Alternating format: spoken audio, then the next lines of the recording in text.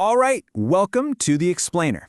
Today we're going to dive into a really bizarre piece of internet art. I mean, on the surface, it looks like some long-lost children's show, but underneath, it's hiding this incredibly profound story about history and identity. So get ready, because we are about to deconstruct a surreal German fairy tale. And yes, it absolutely features a talking crocodile, a mysterious green stone, and a powerful metaphor that you probably won't see coming. So, our journey starts right here, in a place called Banalotopia. And, at first glance, it's this really crude, low-poly animation. It honestly looks like a forgotten kids' show from the early days of the internet. But then you see that sign, and it references the Sandmännchen. That's the little Sandman, a super beloved German character. And just like that, this feeling of nostalgia gets twisted into something kind of unsettling. It's that exact moment a pleasant dream feels like it's about to turn into a nightmare.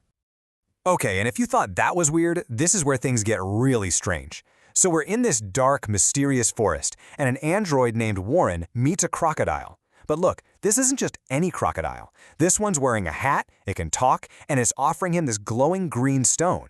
It's a totally absurd, dreamlike scene, and you know what? That's exactly the point. And then the crocodile speaks. And with just one line, he unlocks the entire mystery. He says, "That, my friend, is the stone of the Sorbs." Whoa. Suddenly, this isn't just some bizarre scene anymore, it's a real puzzle. So, that leaves us wondering, what exactly is Banalotopia, and what on earth is the stone of the Sorbs? All right, to solve this whole mystery, we really need to understand the strange, satirical world this story comes from. So let's start with the basics. What exactly is Banalotopia? Well, Banalotopia is this ongoing German web series and art project, and it's known for making these short films that are totally absurd, but also surprisingly philosophical. Its signature style, its whole vibe, is blending this really mundane, almost banal aesthetic with these incredibly big, high-concept ideas. So get this, the project's tagline is Films for Simple People. And that is just deeply ironic, because the content is anything but simple. It's actually really dense, packed with references to philosophy, German history, and a whole lot of existential dread. And all of it is delivered with this super deadpan, surreal sense of humor. And you gotta understand, this isn't just some one-off video. Banalotopia has actually been evolving since 2021. It started out with this simple, lo-fi style, but by 2023, it was introducing more complex characters, like Warren the Thinking Telephone, and yes, you heard that right, who is this kind of Frankenstein-inspired creation. And by 2025, it was even remaking its own early episodes, building this surprisingly deep world of its own lore. Okay, so let's get to our first big clue, which you might have actually spotted right in that opening scene, the reference to the Sandmännchen. And trust me, this is not a random character choice. It's a very specific and very powerful cultural symbol. So the Sandmännchen, or the Little Sandman, is a huge German cultural institution. I mean, since 1959, this little stop-motion character has been a nightly ritual for generations of kids. He'd show up on TV, tell a short story, and then, lull them to sleep by sprinkling magical sand. But here's the crucial detail, the part you really need to know. During the Cold War, there were two different Sandmen. The West German one, and it was less popular, and eventually got canceled. The East German version, on the other hand, was a massive cultural icon in the GDR. It would often showcase socialist technology and achievements. It was so beloved, in fact, that it survived German reunification and is still on the air today. And that's the one Banalotopia is referencing. And this is just a brilliant bit of subversion. Banalotopia takes this super beloved, nostalgic figure and just drops him right into its own unsettling, kind of janky universe. The narrator in the episode even jokes that it's zum Einschlafen, which is this great double entendre. See, it means it's for falling asleep, but it can also mean it's just mind-numbingly boring. It is a very deliberate deconstruction of a cherished piece of East German culture. All right, now for the second, and I'd say most important clue. This is the one that unlocks the entire meaning of the film, the Sorbs. See, the crocodile didn't name the stone after some fantasy race. He named it after a real-life group of people.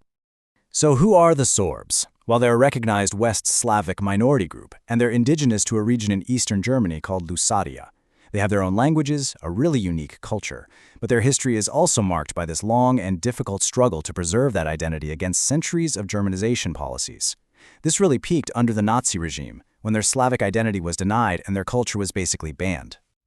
Now let's think back to what that crocodile said about the stone's power. He said, "The stone of the Sorbs has the gift of transforming all gold into a fine and pliable substance. No shine remains, no weight, but the value is transformed."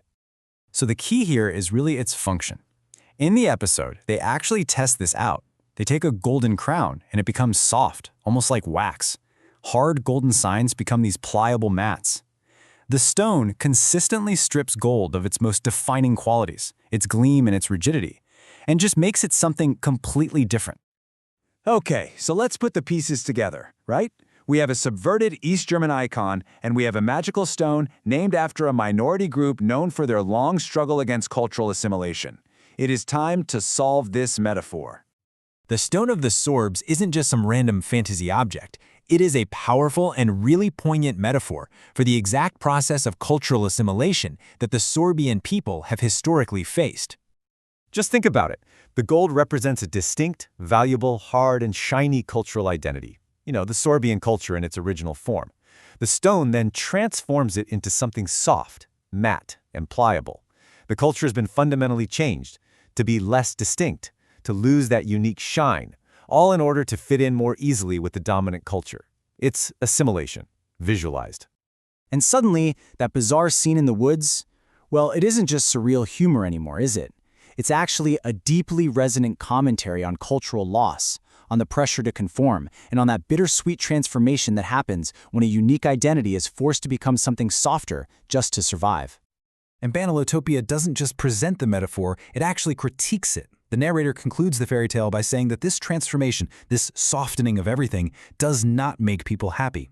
It directly questions the value of this kind of forced change, suggesting that something absolutely essential is lost in the process. And this, right here, is the genius of Banalotopia. It takes a seemingly banal, crudely animated story and hides a truly profound reflection on history and identity right inside it. And it really makes you wonder, what other deep meanings are hiding in plain sight, in the most absurd and everyday places around us?